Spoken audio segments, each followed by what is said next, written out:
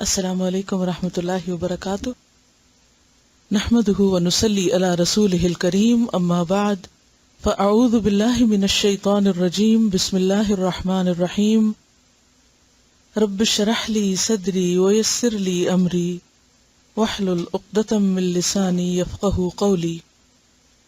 ہم نے خیرخواہی کے بارے میں پڑھا کہ دین سراسر خیرخواہی کا نام ہے، اللہ کے لیے، اس کے رسول کے لیے، اس کے کتاب کے لیے، اس کے دین کے ائمہ کے لیے اور مومنوں کے لیے، یعنی اس کے ماننے والوں کے لیے۔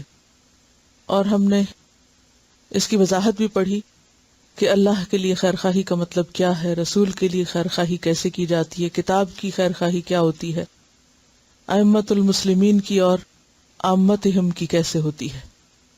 تو ہم نے ائمۃ المسلمین کی خیرخواہی کے بارے میں تھوڑی سی ڈسکشن کی تھی، اگر آپ کو یاد ہو ذرا نکالیے، پھر اس میں کیا لکھا ہوا آپ نے ڈیٹ کے ساتھ نکالیے۔ ائمۃ المسلمین کی خیرخواہی کیسے کی جاتی؟ کوئی بات یاد ہو آپ کو؟ اچھے کاموں میں مدد، ٹھیک ہے، خیر اور بھلائی کے کاموں میں تعاون اور مدد، اور اس سے پہلے معروف میں اطاعت، یعنی جو نیکی کے کام وہ کر رہے ہوں اور نیکی کے کاموں کا وہ حکم دے، کیونکہ لیڈر کو مختلف چیزوں میں رہنمائی کرنی ہوتی ہے عوام کی، تو پھر ان کی خیرخواہی کیا ہے کہ جو بھلائی کے کام کہیں وہ کیے جائیں۔ اور اگلا پوائنٹ تھا کہ بھول اور غلطی ہو جائے تو یاد دہانی کرائی جائے، کوئی بھول جائے تو کیا کرانا چاہیے؟ یاد کرا دینا چاہیے، غلطی کر دے تو اصلاح کر دینی چاہیے، اور ان کی ذمہ داریاں ادا کرنے میں ان کی مدد کرنی چاہیے۔ اور کیا کرنا چاہیے؟ یہ میں آپ کے دراصل نوٹس پڑھوا رہی ہوں آپ سے کہ آپ کیا لکھتے ہیں، کیونکہ سن کے تو باتیں یاد نہیں رہتی۔ قلم کا استعمال اسی لیے ضروری ہے کہ ریمائنڈر ہو، جب کبھی دوبارہ خود پڑھیں ان ابواب کو یا کسی کو پڑھائیں تو یہ باتیں پھر سے ہمیں ڈھونڈنی نہ پڑے۔ اس کے علاوہ کچھ ہو تو ٹھیک، ورنہ جو ہے اس سے فائدہ اٹھائیں۔ اسلام میں لیڈرشپ کا کانسیپٹ جو ہے وہ پاور حاصل کرنا نہیں، بلکہ دراصل ذمہ داری نبھانا ہے، دوسروں کی خیرخواہی کرنا ہے، دوسروں کی خدمت کرنا ہے، مدد کرنا ہے۔ اسلام میں لیڈر کون ہوتا ہے؟ خادم ہوتا ہے، یعنی لیڈرشپ پاور سمبل نہیں ہوتا بلکہ خدمت کا سمبل ہوتا ہے۔ اور پھر میں نے یہ بھی بتایا تھا آپ کو کہ ائمہ کی اقسام کتنی ہوتی ہیں، لیڈرز کس کس چیز میں لیڈرز ہوتے ہیں۔ مثلا ایک خلافت ہوتی، خلیفہ ہوتا ہے، اسٹیٹس مین ہوتا ہے، اور لیڈرشپ صرف اسٹیٹس مین کے لیے نہیں ہوتی۔ اسلام میں لیڈرشپ اس کے علاوہ بھی مختلف کاموں میں ہو سکتی ہے، اور وہ کون سے ہیں؟ مثلا امامت، جیسے مسجد میں نماز کا جو امام ہے، نماز کرانے والا، وہ بھی کیا ہے؟ دراصل لیڈر ہے۔ اب وہ اصل میں ایک بہت بہترین معیار ہے، اس سے آپ بہت کچھ سیکھ سکتے ہیں جب وہ نماز لیڈ کر رہا ہوتا ہے۔ یعنی آپ دیکھیے کہ اسلام میں درست لیڈرشپ کی اور اس ذمہ داری کی کتنی اہمیت ہے کہ نماز جیسے فریضے کو اس سے باندھ دیا گیا ہے، ہر روز 5 دفعہ پریکٹس کرائی جاتی ہے لیڈرز کی خیرخواہی کی، اور پھر وہ عوام کی خیرخواہی کا رول جواب میں جو پلے کرتا ہے۔ تو اس میں آپ دیکھیے کہ امام جو ہے اس کی پیروی کی جاتی ہے، اس کو فالو کیا جاتا ہے، اس سے آگے نہیں بڑھا جاتا۔ وہ غلطی کرتا ہے تو کیا کرتے ہیں؟ پیچھے سے اس کو یاد کراتے ہیں۔ اچھا، اور کیا کرتے ہیں؟ نماز ہی کی لیڈرشپ کو دیکھیے نا، وہ ایکٹ کرتا ہے اور پیچھے والے اس کو دیکھ کے پھر اس کے مطابق ایکٹ کرتے ہیں، اور ٹیم ورک بھی ہوتا ہے، اس میں مل جل کر سب ایکشنز کیے جاتے ہیں۔ اور لیڈرشپ کہاں کہاں ہوتی ہے؟ نماز کے علاوہ گھر کا سربراہ بھی لیڈر ہوتا ہے، ماں بھی لیڈرشپ کے رول میں ہوتی ہے، اور استاد بھی لیڈرشپ کا رول ادا کر رہا ہوتا ہے۔ علماء جو ہوتے ہیں، جو دینی اور ذہنی رہنمائی کر رہے ہوتے ہیں، وہ بھی لیڈرز ہوتے ہیں۔ تو ان کے ساتھ کیسے خیرخواہی ہو سکتی؟ ان کے نیک کاموں میں مدد کی جائے، جو ان کی اچھی چیزیں ہیں ان کا ذکر کیا جائے، جو ان کی غلطیاں ہیں ان کے اوپر ان کو تو اصلاح کے لیے کہا جائے، لیکن ان کو نشر نہ کیا جائے۔ ان کی ذمہ داریوں کو بانٹنا چاہیے، ان کے بارے میں حسن ظن رکھنا چاہیے۔ اور مومن نصیحت بھی کرتا ہے اور تنقید بھی کرتا ہے، لیکن تعیب نہیں کرتا. یعنی تعیب کیا ہوتی ہے؟ عیب لگانا، عیب جوئی کرنا. اور خیر خواہی کیا ہوتی ہے؟ عزت و احترام دینا، یہ بھی اسی میں آتا ہے. اب عام مومنوں کے لیے خیر خواہی، ہر ایک کے لیے خیر خواہی، اس میں کیا کیا چیزیں آتی؟ اب ذرا تھوڑی دیر کے لیے ذہنی طور پر سوچئے کہ آپ کے دائیں بائیں جو لوگ بیٹھے ہوئے ہیں، یا آپ کے گھر میں ہیں، یا ورک پلیس پہ، یا کہیں بھی، یا جو آپ راستے میں جا رہے ہوتے ہیں سڑک پر تو لوگ آپ کو دائیں بائیں دکھتے ہیں. تو سارے انسانوں کی بھلائی اور پھر اہل ایمان کی بھلائی آپ کیسے کر سکتے ہیں؟ ان کے ساتھ خیر کیسے ہو سکتی؟ سلام کرنا دعا ہے، دعائے رحمت ہے، دعا دینا. اور کسی بوڑھے بیمار شخص کے لیے آگے بڑھ کر دروازہ کھول دینا، ان کا سامان اٹھا لینا، ان کی مدد کرنا، اور تکلیف دہ چیزوں کو راستے سے ہٹا دینا. یعنی دنیاوی تکلیفوں کو دور کرنا اور ان کے کاموں میں سہولت پیدا کرنا، فیسیلیٹیٹ کرنا. لیکن سب سے بڑی خیر خواہی کسی بھی انسان کی یہ ہے کہ اس کی آخرت کو سنوارنے کے لیے کوشش کی جائے، فکر کی جائے. خواہ وہ آپ کی اپنی اولاد ہو، خواہ وہ آپ کے رشتہ دار ہوں، کوئی بھی ہو. اگر آپ کسی کو سونے کا نوالا بھی کھلا رہے ہیں نا، اور آپ کو اس کی آخرت کی فکر نہیں، تو آپ نے اس کے ساتھ سچی خیر خواہی نہیں کی. کیا فائدہ کہ اگر آپ اسے چند روزہ زندگی کے لیے تو فائدہ پہنچا رہے ہیں، اس کے جسم کو، اس کے ذہن کو، اس کی ضروریات میں اس کے کام آ رہے ہیں، لیکن اگر الٹیمیٹلی اس کا ٹھکانہ جہنم ہے تو آپ نے کیا خیر خواہی کی؟ اس کی کوئی خیر خواہی نہیں کی. تو اصل خیر خواہی کسی بھی انسان کی کیا ہے کہ اس کی آخرت کی فکر کی جائے، اس کو ہمیشہ کی مصیبت میں پڑنے سے بچا لیا جائے. اسی لیے پھر امر بالمعروف اور نہی عن المنکر بھی کیا ہے؟ دراصل خیر خواہی کی ایک قسم ہے. تو ایسی بات کرنا کسی کے لیے، ایسی راہ دکھانا کسی کو، ایسی تعلیم دینا کسی کو جس سے اس کی ہمیشہ کی بھلائی حاصل ہو، یہ سب سے بڑی خیر خواہی ہے. پھر اسی طرح کسی کو دنیا یا آخرت کا کوئی نقصان پہنچ رہا ہو تو اس سے بچانا، اچھا مشورہ دینا، جو چیز کسی کے لیے فائدہ مند ہو سکتی ہے اس کی طرف دھیان دلانا اس کا کہ تم یہ کام کر لو، یہ تمہارے لیے زیادہ اچھا ہے. پھر اسی طرح جو اپنے لیے پسند کرو وہ دوسروں کے لیے بھی، یہی خیر خواہی ہے. یہ معیار ہے اصل میں خیر خواہی کا. دوسرے کی جان، مال، عزت کی حفاظت کرنا، سامنے بھی اور پیچھے بھی، نرمی اور محبت کا سلوک کرنا. اور اسی طرح کچھ منفی چیزوں سے بچنا، مثلا کسی کو دھوکہ نہیں دینا، یا کسی کے خلاف کوئی سازش میں شریک نہیں ہونا، یا کوئی اگر کسی کے خلاف پیچھے سے اس کو نقصان دینے کی کوشش کر رہا ہے تو اس کو روکنا. یہ ساری چیزیں خیر خواہی میں آ جاتی ہیں. پردہ پوشی کرنا، کسی کے عیب ڈھانکنا، اور مصیبت کے وقت صبر کی تلقین کرنا، دکھ درد میں کام آنا، نصیحت طلب کرے تو نصیحت کرنا، انکریج کرنا، غائبانہ طور پہ دعا کرنا، زندہ ہو تب بھی، مر جائے تو اس سے زیادہ.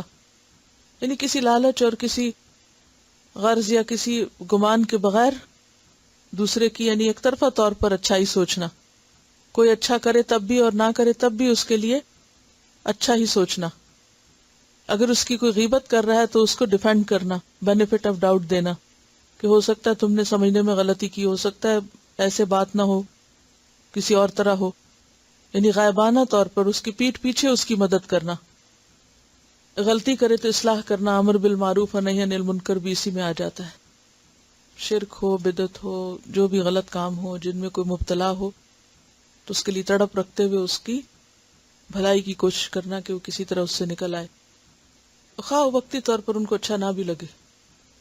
کوئی نیکی کا موقع ہو، کوئی دین دنیا کے فائدے کی چیز ہو، دنیاوی فائدے بھی ہوں تو بھی ان کی رہنمائی کرنا کہ یہ چیز یہاں زیادہ بہتر ملتی ہے، یہ چیز یہاں زیادہ بہتر ہو سکتی ہے. کسی کو اچھا پڑھنے کا مشورہ دینا، دنیاوی ڈگری کے لیے بھی. اگر آپ کسی خاص فیلڈ میں ماسٹر ہیں تو آپ دوسرے کی بھی بہتر رہنمائی کر سکتے ہیں. جن چیزوں کا آپ کو تجربہ ہے، علم ہے، اس کی روشنی میں دوسرے کی راہیں آسان کرنا. یہ سب کچھ اس وقت ہو سکتا ہے جب انسان کے اندر ایک اسٹرانگ قسم کی موٹیویشن ہو، سیلف موٹیویٹڈ ہو. اس کے بغیر یہ سب ہو نہیں سکتا. تو وہ کون سی چیز ہے جو انسان کے اندر آ جائے تو سیلف موٹیویٹڈ ہو جاتا ہے؟ محبت. تو آج ہم محبت کا چیپٹر پڑھیں گے، کیونکہ آپ کیسے کسی کی خیر خواہی کر سکتے ہیں اگر آپ کے دل میں اس کے لیے جذبہ ہی کوئی نہیں ہوتی نا، جس سے کوئی تعلق ہی نہیں، واسطہ ہی نہیں، اس کا اچھا ہو برا ہو. محبت جو ہے وہ انسان کے اندر حرکت پیدا کر دیتی ہے، کام کرنے کی طاقت پیدا کر دیتی، ایک دھن اور ایک شوق لگا دیتی، اور اس سے بڑے بڑے بھاری کام، مشکل ترین کام آسان ہو جاتے ہیں. تو سب سے پہلے ہم لفظ الحب کا روٹ، اس کے معنی، اس کی ڈیفینیشن کے بارے میں پڑھیں گے. حب یحب، باب ضرب یضرب سے اس کا مصدر حبن وحبن آتا ہے، اور لفظی معنی ہوتا ہے رغبت کرنا، کسی چیز کی طرف مائل ہونا.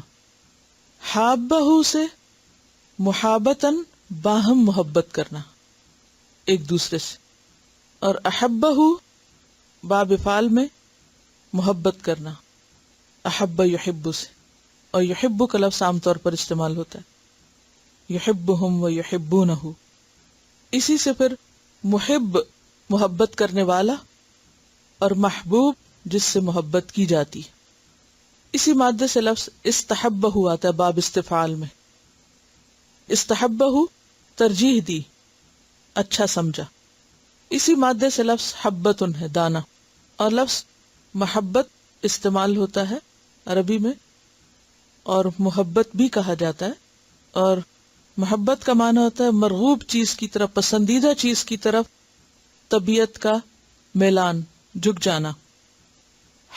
با کا جو مادہ ہے، اگرچہ اس کا بنیادی معنی رغبت، محبت، میلان، کسی چیز کی طرف جھکاؤ ہے، لیکن اس مادے سے 5 معنی نکلتے ہیں، اس روٹ سے 5 معنی نکلتے ہیں. نمبر 1 الصفاء والبیاض. صفا کس کو کہتے ہیں؟ صفائی کو، اور بیاض سفیدی کو.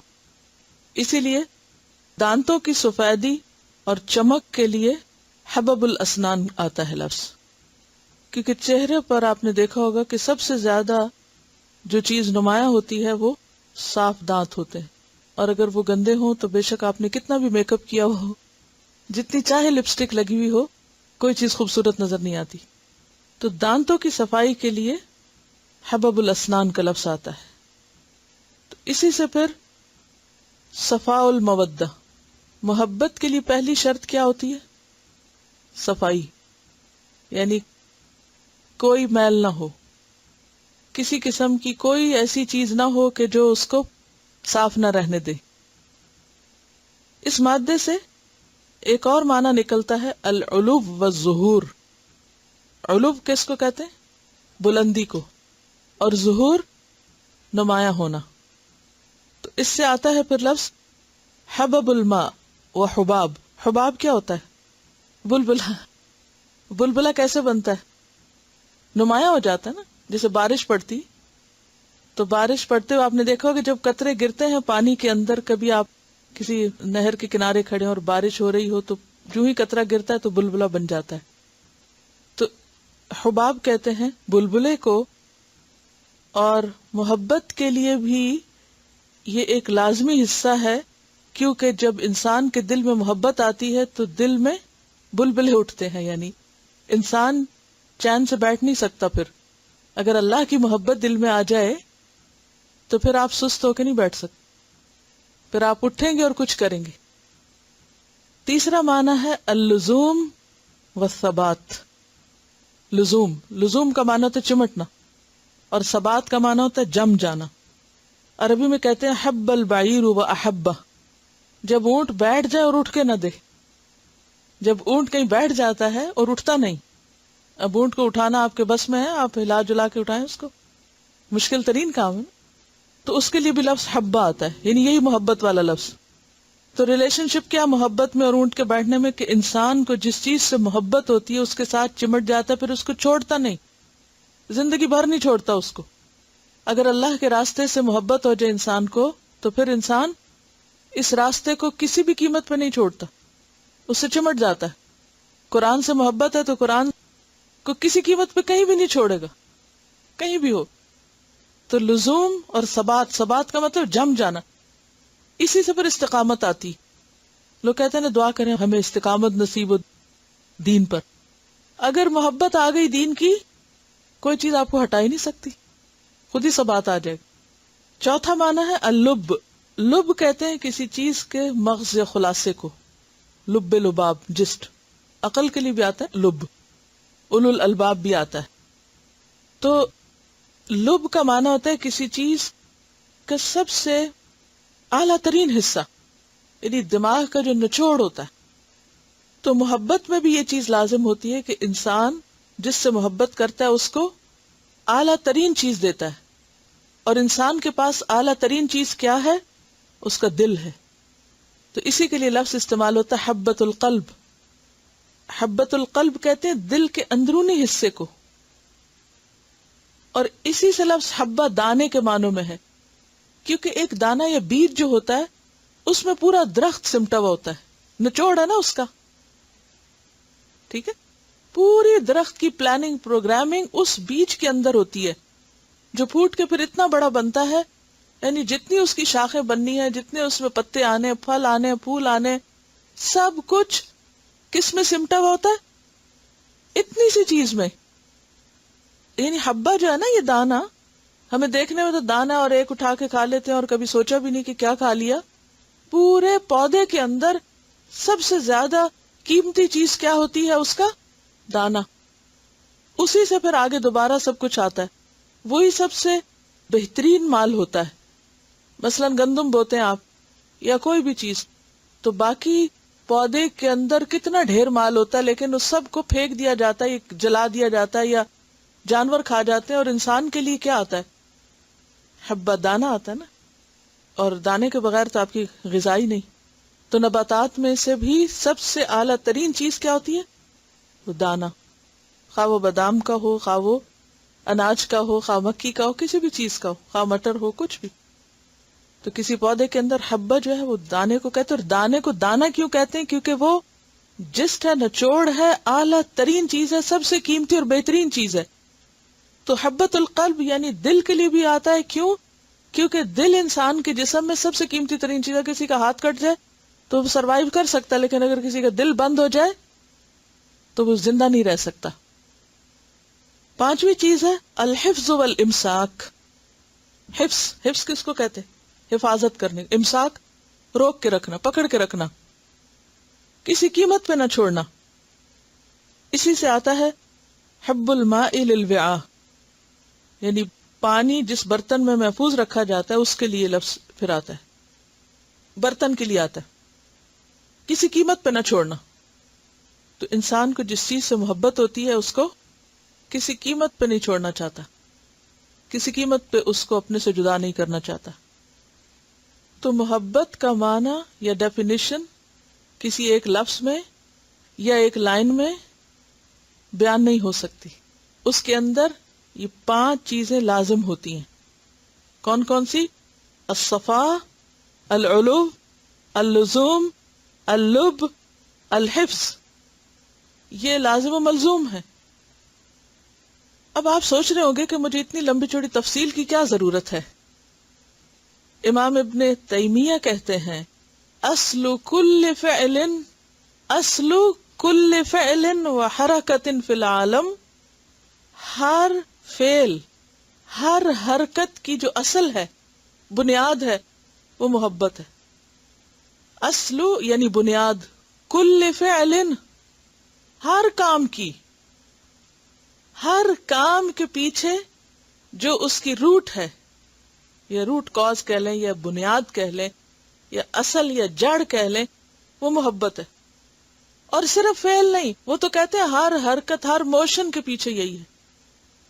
لہذا ایمان، عمل، ان سب کے پیچھے اصل چیز محبت ہے، کیونکہ اسی سے انسان کا ارادہ بنتا ہے، اسی سے انسان کے اندر حرکت آتی، اسی سے انسان دوڑتا ہے، اسی سے انسان پھر استقامت اختیار کرتا ہے، اپنا سب کچھ قربان کرتا ہے، سب کچھ دے کے بھی خوش رہتا ہے، تکلیف بھی پہنچے تو بھی پریشان نہیں ہوتا، اس کو ہر چیز میں پھر لطف آتا ہے. ان کی ایک کتاب ہے قاعدۃ المحبہ ابن تیمیہ کی، تو اس میں انہوں نے یہ لکھا ہے کہ اصل کل فعل و حرکت فی العالم الحب. اور پھر وہ کہتے ہیں کہ یہ اسی طرح ہے جیسے بغض اور کراہت جو ہوتی ہے وہ مانع ہوتی ہے اور روکنے والی ہوتی ہے. یعنی کسی چیز کی نفرت اور بغض انسان کو کیا کرتا ہے؟ روک دیتا ہے. مثلا مثال سے آپ اس کو سمجھے کہ اگر بچے کے سامنے آپ ایسی چیز رکھیں گے جس سے اس کو محبت ہے تو وہ کیا کرے گا؟ مثلا چاکلیٹ، کیا کرے گا؟ فوراً کھا لے. اچھا اگر آپ کوئی ایسی فوڈ رکھیں کہ جو اس کو پسند نہیں تو کیا کرے گا؟ پیچھے کر دے گا، رک جائے گا اس سے. تو محبت ایک ڈرائیونگ فورس ہے اور نفرت جو ہے وہ الٹا کرتی ہے انسانی. وہ بھی ایک ہے لیکن وہ واپس پلٹاتی، یعنی کسی چیز سے روکتی ہے. نفرت روکنے کا ذریعہ ہے اور محبت آگے بڑھانے کا، حرکت کا، عمل کا، ارادے کا. کہتے ہیں کہ جہاں محبت اور ارادہ نہیں ہوگا وہاں کوئی کام بھی نہیں ہوگا. امام ابن تیمیہ ہی کہتے ہیں کہ جہاں محبت نہیں، ارادہ نہیں، وہاں کام بھی کوئی نہیں. کبھی ایسا ہوتا ہے کہ انسان براہ راست کسی چیز سے محبت کرتا ہے تو اس کی طرف بڑھتا ہے، اور کبھی ایسا ہوتا ہے کہ انسان انڈائریکٹلی کسی چیز سے محبت کرتا ہے تو اس کی طرف بڑھتا ہے. مثال کے طور پر آپ کے سامنے آپ کی پسندیدہ غذا ہے تو کسی کو آپ کو کہنے کی، مجبور کرنے کی ضرورت نہیں، پوچھنے کی بھی ضرورت نہیں. وہ چیز سامنے آئے گی تو آپ انکانشیسلی ہاتھ بڑھائیں گے اور کھا لیں گے. تو وہ کیا چیز ہے؟ پسند ہے نا آپ کی، جس نے آپ کو ہاتھ بڑھا دیا اور آپ نے کھا لیا. اور اگر کوئی روک بھی رہا نہیں مت کھاؤ، بیمار ہو پھر بھی کہتے نہیں تھوڑا سا اور دے دو، کوئی بات نہیں. ڈائبیٹک لوگ ہوتے ہیں تو ان کے لیے مشکل ہوتی. اچھا اسی طرح بعض اوقات کوئی چیز پسندیدہ ترین ہوتی ہے لیکن انسان رک جاتا ہے. کیوں؟ کیونکہ اس کو اپنی صحت عزیز ہوتی یا زندگی عزیز ہوتی ہے، تو وہ بھی کیا انڈائریکٹلی محبت ہی وہاں بھی انوالو ہے. وہ اس چیز سے تو نہیں لیکن اپنی زندگی سے، اپنے آپ سے پیار ہے، لہٰذا وہ محبت اس محبت پہ غالب آ گئی، لہٰذا اس کی وجہ سے وہ اس کی طرف چل پڑتا ہے. اگر غور کیا جائے تو فرشتے کائنات میں کیوں دوڑتے پھر رہے ہیں، کیوں تیرتے پھر رہے ہیں؟ اللہ کی اطاعت میں کیا چیز انہیں دوڑا رہی؟ تھکتے ہی نہیں، ہر وقت ذکر کر رہے ہیں، ہر وقت دوڑ رہے ہیں. فالسابقات سبقا، محبت دوڑاتی ہے. وہ کہتے ہیں کہ صرف فرشتے نہیں، ایک ایک ذرہ، کل فی فلک یسبحون، ذرے کی حرکت بھی دراصل خالق کی محبت کی وجہ سے. یعنی جو گیلیکسیز کی موومنٹ ہے اس کو لے لیں، انسان کا طواف لے لیں. طواف بھی کیا ہے دراصل؟ کیا کرنا ہوتا ہے وہاں گھومنے پھرنے سے؟ کیا مطلب ہے؟ کچھ نہیں، محبت ہے. صرف محبت کا اظہار ہے، وہ آپ کو گھما رہا ہے. پھر اسی طرح ایک ذرہ بھی، یعنی ایک ایٹم جو ہے، اس کے اندر کی بھی جو حرکت ہے وہ بھی بنیادی طور پر وہ اطاعت ہے، اور وہ اطاعت اس محبت کی وجہ سے آئی جو خالق کے ساتھ ہے. انسان کے اندر بھی کسی نیک کام کے کرنے کی صحیح معنوں میں دوڑ آ نہیں سکتی جب تک کہ محبت نہیں اترتی. صحابہ کرام اور ہم میں فرق کیا تھا؟ ان کو اللہ سبحانہ و تعالیٰ سے ایسی محبت تھی کہ انہوں نے اس کی خاطر ہر چیز دے دی، سب کچھ چھوڑ دی. نبی صلی اللہ علیہ وسلم سے ایسی محبت تھی جو ان کے والدین، اولاد، ہر چیز سے غالب تھی، لہٰذا ان کے اشارے پہ دوڑتے تھے، ہر چیز پیچھے رہ گئی، دنیا کو تبدیل کر دیا. کام ہو نہیں سکتا جب تک کہ اس کام سے محبت نہ ہو. یعنی کام جو ہے وہ صرف کسی سکل کی وجہ سے نہیں ہوتا، بظاہر کسی لالچ یا غرض سے ہی نہیں ہوتا، اس کے لیے پیشن کا ہونا ضروری. دین کا کام جو ہے وہ کیا طلب کرتا ہے انسان سے؟ اللہ کی عبادت کیا طلب کرتی ہے؟ نیک عمل کیا طلب کرتا ہے؟ اس کو بنیاد میں کیا چاہیے؟ اللہ کی محبت چاہیے. اور اگر وہ نہیں تو بے روح ہے. محبت جو ہے دل کو جگا دیتی ہے، دل کی غذا ہے. اسی طرح ایمان اور عمل کی بھی روح محبت میں ہے. اگر اطاعت کر رہے ہیں اور محبت نہیں تو وہ کیا ایک بوجھ ہے. جو نماز محبت کے بغیر آپ پڑھتے ہیں اللہ کی، وہ کیسی پڑھتے ہیں؟ وَإِنَّهَا لَكَبِيرَةٌ إِلَّا عَلَى الْخَاشِعِينَ. کیونکہ محبت ہی خشوع لاتی ہے، محبت ڈر لاتی ہے نا. ورنہ تو نماز بوجھ ہے، روزہ بوجھ ہے، صدقہ خیرات تاوان ہے، چٹی ہے، جرمانہ ہے. منافقین کی مصیبت کیا تھی؟ محبت ہی تو نہیں تھی. یہی فرق تھا نا. فی قلوبہم مرض، وہاں مرض تھی. وہ مرض کس چیز کی تھی؟ دنیا کی محبت کی تھی، جو اللہ کی محبت پہ چھائی ہوئی تھی. لہذا وہ جنگ کے لیے نکلنا، جہاد کے لیے جانا، کوئی کام کرنا ان کے لیے مصیبت ہے. اذا قاموا الی الصلاۃ قاموا کسالی. خرچ کرتے ہیں تو دکھاوے کے لیے، کوئی کام سیدھا نہیں، کیونکہ سچی محبت نہیں. اور جب صحابہ کرام کی زندگی ہم دیکھتے ہیں تو وہاں ہر چیز اعلیٰ درجے کی. کیوں؟ کیونکہ محبت ہے اندر، دل جاگے. جب دل جاگتا ہے نا تو انسان باشعور ہو جاتا ہے، اسے وہ نظر آنے لگتا ہے جو دوسرے کو نہیں. ماں کو اپنے بچے کی وہ چیزیں کیوں نظر آتی ہیں جو کسی دوسرے کو نہیں، حتیٰ کہ باپ کو بھی نہیں نظر آتی. محبت کے درجے میں فرق ہے نا. تو جتنی زیادہ شدید محبت کسی سے ہوتی اتنی زیادہ معرفت ہوتی ہے. تو لوگ کہتے ہیں نا کہ اللہ کی معرفت کیسے حاصل ہو، اس کے پیچھے بھی محبت ہی ہوتی ہے. انسان جتنا اللہ کو زیادہ پہچانتا ہے اتنی اللہ کی محبت زیادہ بڑھ جاتی. اور انسان دنیا کو جتنا پہچانتا ہے اتنی دنیا سے بے رغبتی بڑھتی. جس نے دنیا کو پہچانا نہیں نا وہ دنیا کو چھوڑ نہیں سکتا، اور جس نے اللہ کو پہچانا نہیں وہ اللہ کی طرف بڑھ نہیں سکتا. یہ سب چیزیں معرفت سے آتی ہیں. پھر حارث محاسبی سے کسی نے پوچھا تھا کہ محبت کیا ہے، تو اس نے کہا میلک الی الشیء. میں عربی تھوڑی تھوڑی اس لیے ساتھ پڑھ رہی ہوں کہ آپ کو زیادہ بہتر بات سمجھ میں. میلک الی الشیء، میل ہوتا ہے میلان. میلک الی الشیء بکلیتک، یعنی کلی طور پر تمہارا میلان کسی چیز کی طرف ہو جانا. باقی چیزیں پس منظر میں چلی جائیں، بیک گراؤنڈ میں چلی جائیں، اور وہ چیز سب سے نمایاں ہو کر آگے آ جائے. کیونکہ انسان کسی بھی چیز کو جب دیکھتا ہے نا، کوئی بھی چیز آپ دیکھ لیجئے، تو اس کے مثلاً آپ کسی کے چہرے کو دیکھ رہے ہیں تو اس چہرے میں سے جو چیز آپ کو زیادہ بہتر لگتی ہے آپ کا دھیان اسی کی طرف ہو جاتا ہے. پھر اسی طرح کوئی چیز پڑھ رہے ہیں، کچھ کھا رہے ہیں، بہت سی چیزیں ہیں کھانے کی ٹیبل پر، لیکن آپ کو کیا چیز نظر آ رہی؟ بہت سی کتابیں رکھی ہوئی ہیں، آپ کو کون سی نظر آ رہی؟ جو پسند ہے نا. قدرتی طور پر انسان اسی طرف مائل ہو جائے. کہتے ہیں کہ میلک الی الشیء بکلیتک محبۃ لہ، یہ اس کی محبت ہے. ثم ایثارک لہ، پھر تمہارا اس کو ترجیح دینا. یعنی پھر کیا ہوتی ہے محبت؟ کہ انسان اس چیز کو کیا کرتا ہے؟ ترجیح دیتا ہے، پریفر کرتا ہے. علی نفسک و مالک، اپنے آپ پر بھی اور اپنے مال پر بھی. جس چیز سے انسان کو محبت ہوتی ہے اس چیز کو انسان اپنے نفس اور مال پر ترجیح دیتا ہے. یعنی اس کے لیے اپنی جان اور مال لگانا پھر مشکل نہیں رہتا. اسی لیے صحابہ کرام کو آپ دیکھیے کہ اللہ کی راہ میں ان اللہ اشتری من المؤمنین انفسہم و اموالہم بان لہم الجنہ. یہ محبت ہی کی وجہ سے تھا کہ بڑی چیز کی خاطر انہوں نے اپنی جان اور مال تک کو بھی بیچ ڈالا. ثم موافقتک لہ سرا و جہرا، پھر تمہارا اس سے موافقت کرنا چھپ کر بھی اور جہری طور پر بھی. کیا مانے؟ یعنی آپ کہیں بھی ہو، لوگوں کے بیچ میں ہو یا چھپ کر بیٹھے ہو، آپ کا دل اور رجحان کدھر ہوگا؟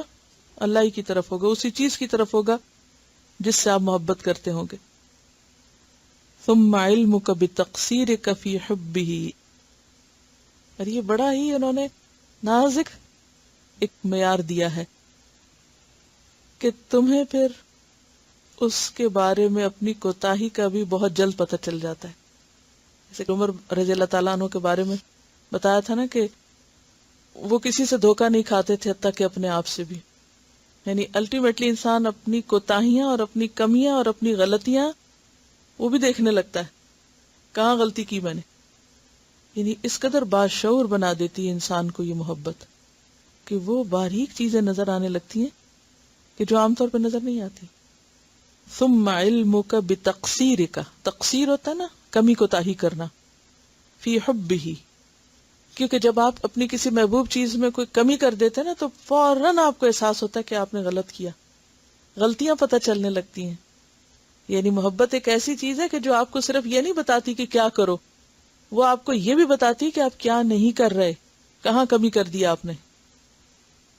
حق تو یہ کہ حق ادا نہ ہوا، پھر انسان کبھی بھی مطمئن ہو کے نہیں بیٹھتا کہ میں نے بہت کچھ کر لیا. اس کو چین ہی نہیں آتا، کہتا ابھی کچھ کیا ہی نہیں، ابھی تو اور کرنا چاہیے تھا. یعنی اس کا دل بھرتا ہی نہیں نیکی اور خیر اور بھلائی کے کاموں سے، حریص ہو جاتا ہے پھر اس پر. اور پھر آپ دیکھیے کہ اس کے روٹ کو آپ دیکھیے، اس کے حروف کو آپ دیکھیے. ہا با با. ہا جو ہے حلق ہے، مخرج اس کا ہا، اور با شفویہ نہائیہ، یعنی منہ سے نکلنے والا آخری مخرج ہے. میم اور با میں بھی فرق ہے نا. تو محبت جو ہے اس میں ایکسٹریمز بھی ہوتی ہیں، یعنی ابتدا اور انتہا دونوں ہے اس میں. یعنی ایک طرف ابتدا ہے اور دوسری طرف انتہا ہے. عربی زبان جو ہے اس کے اندر اتنی ڈیپتھ ہے کہ میں جب صبح ڈکشنری کھولی اور پھر اس سے آگے اور پھر مادے کے حروف کے جو مخارج تھے اس پر، تو حیرت ہوتی ہے کہ واقعی الہامی زبان ہے. اللہ نے اس کو ایسے ہی منتخب نہیں کیا اپنی کتاب کے لیے. اب آپ دیکھیے کہ اگر آپ امام ابن تیمیہ کی وہ بات دوبارہ دہرائیں کہ اصل کل فعل وحرکت فی العالم، اصل کل فعل وحرکت فی العالم، ہر کام اور حرکت کی بنیاد محبت. کسی سے کوئی کام کرانا ہے، اسے اس چیز کی محبت ڈال دو، اور جب ایک دفعہ محبت دل میں آ گئی تو پھر آپ کا کام ختم، پھر وہ اپنا راستہ خود تلاش کر لے گا. اور اگر وہ نہیں آئی نا، وہ جھوٹی ہے، تو آپ کسی کے سر پہ کھڑے ہو کر آپ اس سے کچھ نہیں کرا سکتے. انما انت مذکر لست علیہم بمسیطر. ہمارے بچے کیوں نہیں اٹھ جاتے ایک ہی دفعہ کہنے سے نماز کے لیے، بلکہ کہے بغیر کیوں نہیں اٹھتے؟ کیونکہ ابھی وہ محبت نہیں آئی نا، اللہ کی وہ محبت، اس کا مزہ نہیں چکھا کہ جو جگا دے. کیوں کچھ لوگوں کو تہجد بالکل بھاری نہیں لگتے، شوق سے اٹھ جاتے. کیا چیز اٹھاتی ہے بغیر الارم کے؟ محبت اٹھاتی ہے نا. بچوں کو جن چیزوں کا شوق ہوتا ہے آپ دیکھیں اس کے لیے کیسے راستے بناتے ہیں. جو گیمز ان کو اچھی لگتی ہیں، جو کھانے کی چیزیں اچھی لگتی ہیں، جو بھی ان کی پسند کی چیز ہے، کیا آپ کو کہنے کی، یاد دلانے کی ضرورت ہوتی ہے کہ یہ اٹھ کے کر لو؟ نہیں، خود ہی کرتے ہیں. تو اصل کل فعل وحرکہ، ہر موٹیویشن یہیں سے آتی. تو اللہ کی عبادت کا جو فریضہ ہم پر ڈالا گیا ہے، وما خلقت الجن والانس الا لیعبدون، تو یہ بھاری کام ہے، بھاری فریضہ ہے. جب تک اللہ کی محبت نہیں آتی یہ فریضہ ادا نہیں ہو سکتا. یعنی اللہ نے ہم کو اپنی عبادت کے لیے پیدا کیا ہے، ہمارا اپنے خالق سے ایک تعلق ہے، ہم اس کی مخلوق ہیں، اور جس مقصد کے لیے پیدا کیا ہے، یعنی پرپز آف لائف جو ہے، وہ فلفل کیا ہی نہیں جا سکتا جب تک اللہ سے محبت نہ ہو. تو محبت کے درجے بھی ہیں اور قسمیں بھی ہیں. جو درجے ہیں محبت کے، ان میں سب سے پہلا درجہ اللہ کی محبت کا ہے اصل میں، اور ایسا ہی ہونا چاہیے، اور اگر نہیں تو اسے اچیو کرنا چاہیے.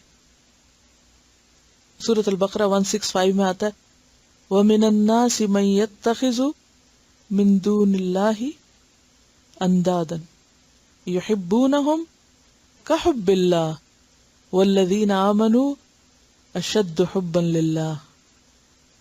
اللہ کی محبت ہر محبت پر غالب ہونی چاہیے، حاوی ہونی چاہیے. یہی ایمان کی نشانی ہے. اللہ کی محبت دوسری محبتوں کی نفی نہیں کرتی، یا ان کو ختم نہیں کر دیتی، یا کنڈیم نہیں کرتی، اگر وہ حدود کے اندر ہے. بات ترجیح کی ہے، اشد حبن کی ہے. تو اشد جو ہے سپرلیٹو ڈگری، یعنی وہ محبت سب سے ٹاپ پر ہوگی اور باقی اس کے نیچے ہوں گی. مثلا نبی صلی اللہ علیہ وسلم کو آپ دیکھیے کہ آپ کو اگر اپنی ازواج سے محبت ہے، آپ گھر پر ہیں، لیکن جو ہی اذان ہوتی ہے تو آپ کیا کرتے ہیں؟ ہر چیز چھوڑ کے اجنبی ہو کے آپ نماز کے لیے چل پڑتے. یہ نہیں کہا گیا کہ آپ اپنی ازواج سے محبت نہ کرنا یا آپ اپنی اولاد سے محبت نہ کرنا. اصل چیز کیا ہے؟ قل ان کان آباؤکم و ابناؤکم و اخوانکم و ازواجکم و عشیرتکم و اموال اقترفتموها و تجارت تخشون کسادها و مساکن ترضونها احب الیکم من اللہ ورسولہ وجہاد فی سبیلہ فتربصوا حتی یأتی اللہ بامرہ. تو سب سے بڑھ کر اللہ کی ذات، اس کے بعد نمبر 2 رسول اللہ صلی اللہ علیہ وسلم، اور اس کے بعد جہاد فی سبیلی، اس کے راستے میں جہاد، اس کے راستے پہ چلنے کی ایفرٹ. اور پھر اس کے بعد باقی چیزیں آتی ہیں، والدین آتے ہیں، اولاد آتی ہے، ازواج آتے ہیں. زین للناس حب الشہوات من النساء والبنین والقناطیر المقنطرۃ من الذهب والفضة والخیل المسومۃ والانعام والحرث. ان سب چیزوں کی محبت یہ اللہ نے دلوں میں ڈالی، اس کو نکالنے کے لیے نہیں کہا جا رہا. یہ محبتیں خوبصورت ہیں. ضرورت کس چیز کی ہے؟ کہ جب اللہ اور رسول کی محبت کی بات ہو تو یہ پیچھے چلی جائیں. اب چوائس کی بات ہے، ترجیح کی بات ہے، پرائرٹائز کرنے کی بات ہے. اور اگر یہی آپ کا امتحان ہے، اگر کسی اور کی محبت اس کی محبت پہ غالب آ جاتی ہے، فتربصوا، پھر دیکھو ذرا ہوتا ہے کیا. حتی یأتی اللہ بامرہ، پھر اللہ بھی اپنا فیصلہ لائے گا. تو اللہ، رسول، جہاد، اور پھر اس کے بعد جو زین للناس میں تفصیل آتی ہے ان چیزوں کی محبت. اگر کسی کے دل میں مال کی محبت ہی نہ ہو تو اس کو صدقہ خیرات کا لطف ہی کہاں سے آئے؟ کیونکہ ایک محبت کو دوسری کے لیے قربان کرنا ہے نا. بنی اسرائیل کے لیے آزمائش کیا ہوئی تھی؟ بچڑا. وَأُشْرِبُوا فِي قُلُوبِهِمُ الْعِجْلَ بِكُفْرِهِمْ. نافرمانیاں انسان کو اور چیزوں کی محبت میں شدید کر دیتی ہیں جو الٹیمیٹلی اللہ کی محبت سے دور لے جاتی ہیں. پھر یہ دنیا کی جو چیزوں سے محبت ہے، یہ دراصل ہمارے لیے ایک آزمائش ہے، ایک امتحان ہے. کس بات کا؟ کہ ہم ان کو ترجیح دیتے ہیں یا اس کے مقابلے میں کسی اور کو نمبر 1 پہ رکھتے ہیں.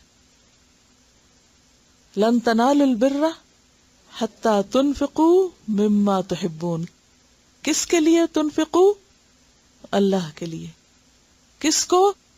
مما تحبون، محبتوں کی قربانی. اور پھر وہ حدیث میں بھی آتا ہے، حضرت انس سے روایت ہے صحیح بخاری کی، ثلاث من کن فیہ وجد حلاوت الایمان. 3 باتیں جس میں ہوگی اس نے ایمان کی حلاوت پالی، ایمان کا مزہ چکھ لی، ایمان کی مٹھاس پالی، ٹیسٹ آ گیا اس کو ایمان لانے کا، لطف آ گیا. ان یکون اللہ ورسولہ احب الیہ مما سواہما، کہ اللہ اور اس کا رسول باقی ہر چیز سے، ان 2 کے علاوہ ہر چیز سے بڑھ کر محبوب ہو جائیں. وَأَن يُحِبَّ الْمَرْءَ لَا يُحِبُّهُ إِلَّا لِلَّهِ، اور یہ کہ انسان کسی انسان سے محبت نہ کرے مگر اللہ ہی کے لیے. اب یہ نہیں کہا کہ کسی انسان سے محبت نہ کرو، انسانوں کی محبت چھوڑ دو، یا انسانوں کی محبت نہیں ہونی چاہیے. ہونی چاہیے، لیکن کس کے لیے ہونی چاہیے؟ وہ اللہ ہی کے لیے ہونی چاہیے. اور تیسری چیز ان یکرہ، کہ انسان ناپسند کرے کفر کی طرف لوٹنے کو، جیسے اس بات کو ناپسند کرے کہ اس کے لیے آگ دہکائی جائے اور اس میں اس کو ڈالا جائے. ایسا ایمان سے کفر کی طرف جانا اس کے لیے تکلیف دہ ہو جائے. سفیان ابن عیینہ کہتے ہیں، جانتے ہیں سفیان ابن عیینہ کو؟ کون ہے؟ نام سنا؟ محدث ہیں بہت مشہور، امام فی الحدیث ہیں. سفیان ابن عیینہ کہتے ہیں واللہ لا تبلغوا ذروة هذا الامر حتى لا يكون شيء احب الیکم من اللہ. کہتے ہیں اللہ کی قسم تم اس کام کی بلندی کو نہیں پہنچ سکتے، یعنی دین کے ہائیسٹ لیول پہ نہیں پہنچ سکتے یہاں تک کہ نہ ہو کوئی بھی چیز تم کو محبوب اللہ سے، یعنی کوئی چیز تم کو اللہ سے بڑھ کے پیاری نہ ہو، کوئی بھی چیز، کوئی دوسری چیز اللہ سے بڑھ کر عزیز نہ ہو. یعنی ہم ہر دوسری چیز کو اللہ کی خاطر قربان کر سکیں، چھوڑ سکیں. پھر وہ اللہ کی محبت کا راز بتاتے ہیں. کیا بتایا ہوگا؟ کہتے ہیں وَمَنْ أَحَبَّ الْقُرْآنَ فَقَدْ أَحَبَّ اللَّهَ عَزَّ وَجَلَّ. جس نے قرآن سے محبت کی اس نے دراصل اللہ عز و جل سے محبت کی. یہ نشانی ہے، کیونکہ جس سے انسان محبت کرتا ہے سب سے پہلے اس کو یاد کرتا ہے، اور اللہ کی یاد کا بہترین طریقہ اس کا کلام ہے، کیونکہ اس سے بات کرنا چاہتا ہے نا. تو اللہ کا کلام کیا ہے؟ قرآن. کوئی دوسری چیز ہے ہی نہیں اس زمین پہ قرآن جیسی، کیونکہ یہ اللہ کا کلام ہے، باقی سب چیز اللہ کی مخلوق ہے. تو ترتیب کیا ہے محبتوں میں، یا درجے کیا ہیں؟ اوپر سے شروع کرتے ہیں. سب سے اوپر اللہ کی محبت، محمد صلی اللہ علیہ وسلم، جہاد فی سبیل، پھر باقی مخلوق جو بھی چیزیں ہیں. یعنی اس میں پھر وہ آیت زین للناس حب الشہوات من النساء والبنین والقناطیر المقنطرۃ. انسان کو اپنے گارڈن سے بھی پیار ہوتا ہے، انسان کو پالے ہوئے جانور سے بھی پیار ہوتا ہے، انسان ہے نا، پیٹ سے محبت جو ہے وہ کو منع نہیں ہے، پرندوں سے، جانوروں سے. نبی صلی اللہ علیہ وسلم کی زندگی میں ہم دیکھتے ہیں کہ آپ ان چیزوں سے محبت کرتے تو وہ چیزیں آپ سے محبت کرتی. انشاءاللہ میں اس چیپٹر کے آخر میں کچھ مثالیں لاؤں گی کہ کس طرح مختلف جانور آپ سے پیار کرتے تھے.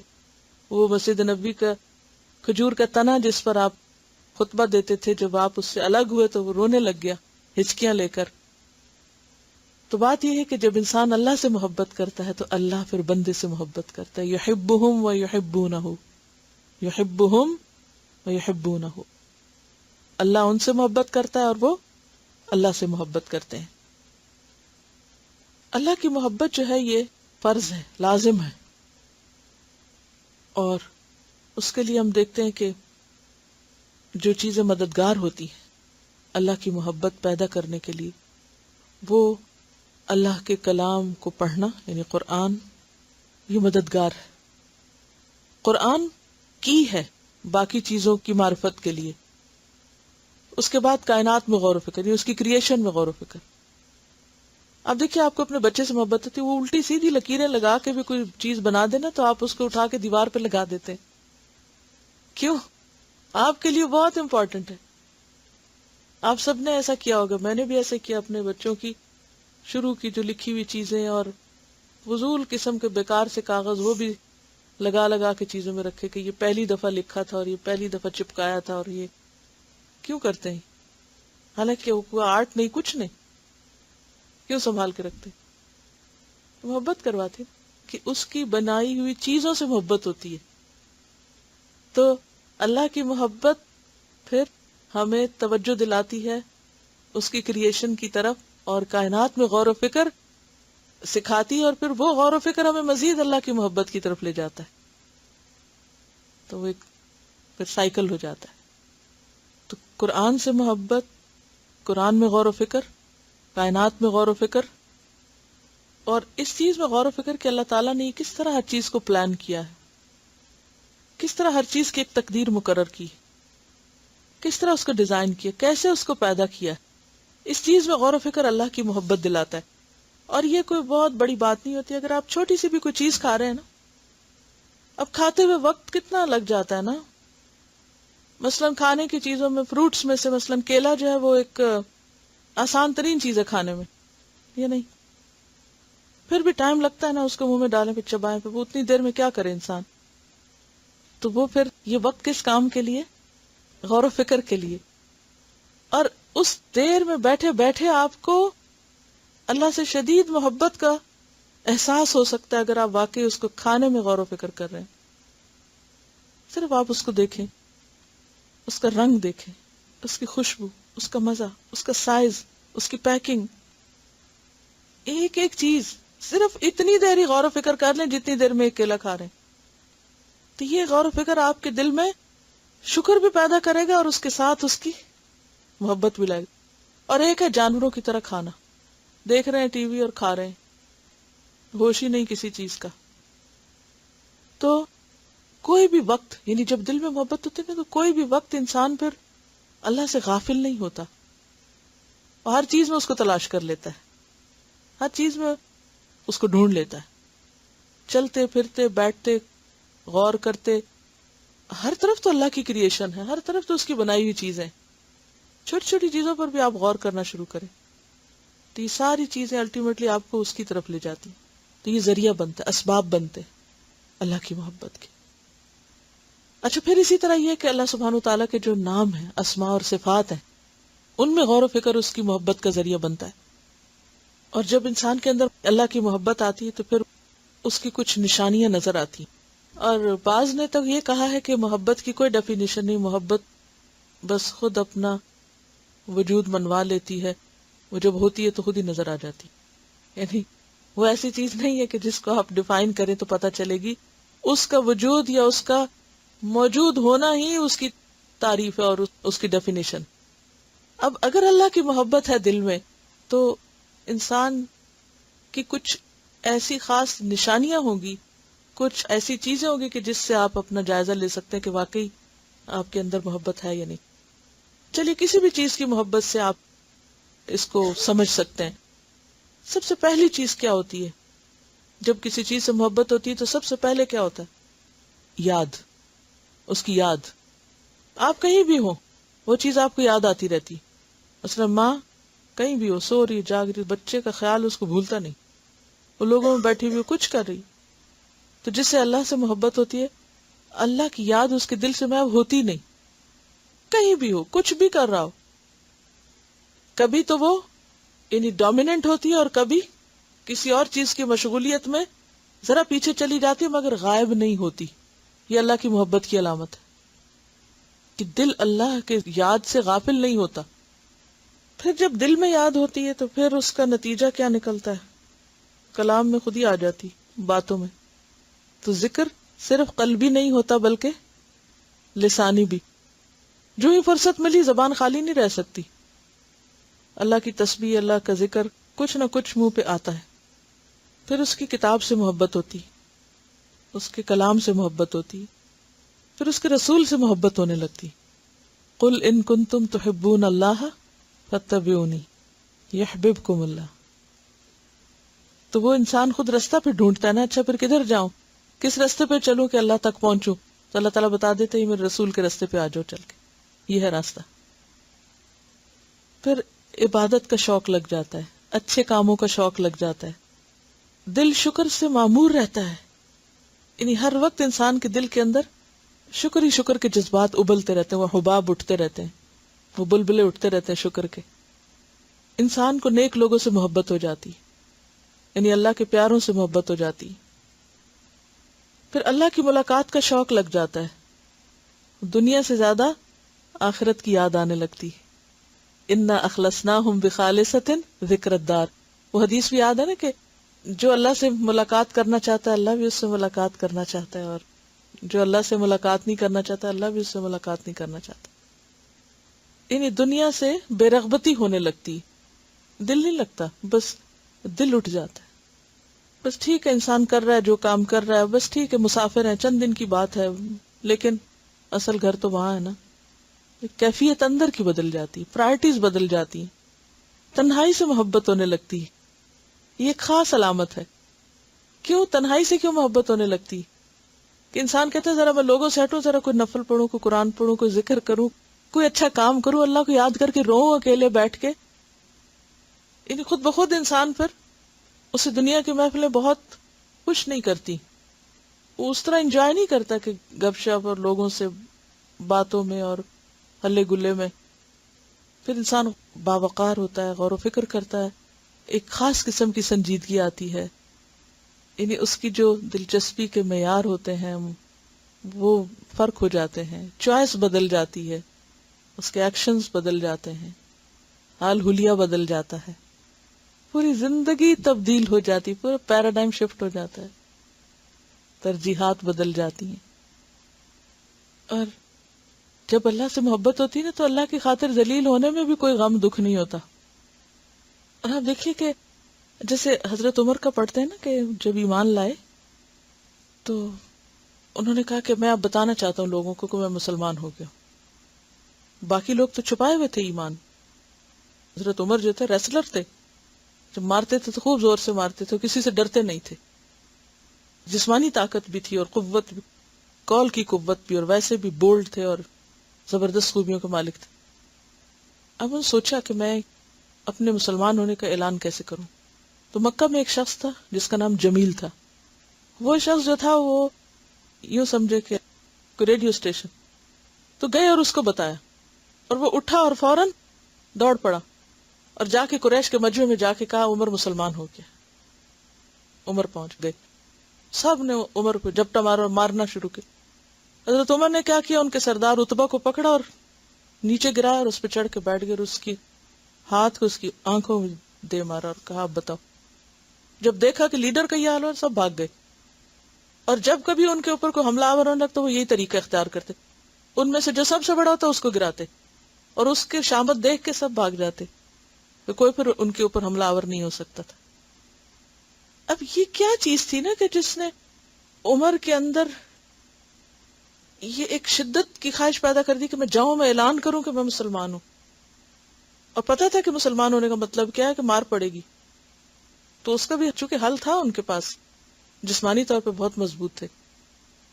اور جب حضرت عمر آ رہے تھے اسلام لانے کے لیے نبی صلی اللہ علیہ وسلم کے پاس، سب چھپ گئے تھے، آپ کو یاد ہوگا، اور صرف حضرت حمزہ تھے جو سامنے تھے، کیونکہ وہ بھی ریسلر تھے، وہ بھی برابر کے تھے. تو ان کا کہ اچھا آنے دو، نبٹ لیں گے. صرف نبی صلی اللہ علیہ وسلم حضرت حمزہ تھے صرف. تو بات یہ ہے کہ انسان کے اندر محبت ایسی کرج لاتی، تو انسان چین سے نہیں بیٹھ سکتا. وہ کہتا ہے میں اٹھوں اور جا کے بتاؤں دنیا کو کہ میں مسلمان ہوں. وانا من المسلمین. حضرت ابراہیم علیہ السلام نے آگ میں گرنا کیسے پسند کر لیا؟ یہ محبت ہی تھی نا. کہا تھا نا انی لا احب الآفلین، میں غروب ہونے والے سے محبت نہیں کرتا. ان کے نزدیک ایمان کیا تھا؟ محبت ہی تو تھی. تو انسان کی جو صلاحیتیں اور قوتیں اور طاقتیں ہوتی ہیں وہ ایک دم کئی گنا زیادہ بڑھ جاتی ہیں. کانفیڈنس آ جاتا ہے اس کو، اور ڈر ڈر کے پھر دین پر عمل نہیں کرتا. اور جس درجے کی محبت اسی درجے کا ایمان، اور جس درجے کا ایمان اس درجے کا عمل. یعنی کہ آپ کی محبت کا لیول ڈٹرمن کرتا ہے ایمان کے لیول کو، اور ایمان کا لیول ڈٹرمن کرتا ہے آپ کے عمل کے لیول کو. تو محبت انسان کے اندر کریج پیدا کرتی. یعنی جتنی بھی اچھی اچھی خوبیاں ہیں وہ آپ دیکھیں گے کہ اسی جذبے سے ہی آتی ہیں، اس کے بغیر نہیں آتی. خواب صبر لے لیں، خواہ توکل لے لیں، تواضع لے لیں، آخرت کی یاد لے لیں، شکر لے لیں، ذکر لے لیں، نماز لے لیں، روزہ، کچھ بھی، سب چیزیں یہیں سے اٹھیں گی، یہیں سے شروع ہوں گی. یہی دراصل موٹیویشن فراہم کرتی. سبحانک اللہم و بحمدک نشہد ان لا الہ الا انت نستغفرک و نتوب الیک. السلام علیکم و رحمۃ اللہ وبرکاتہ.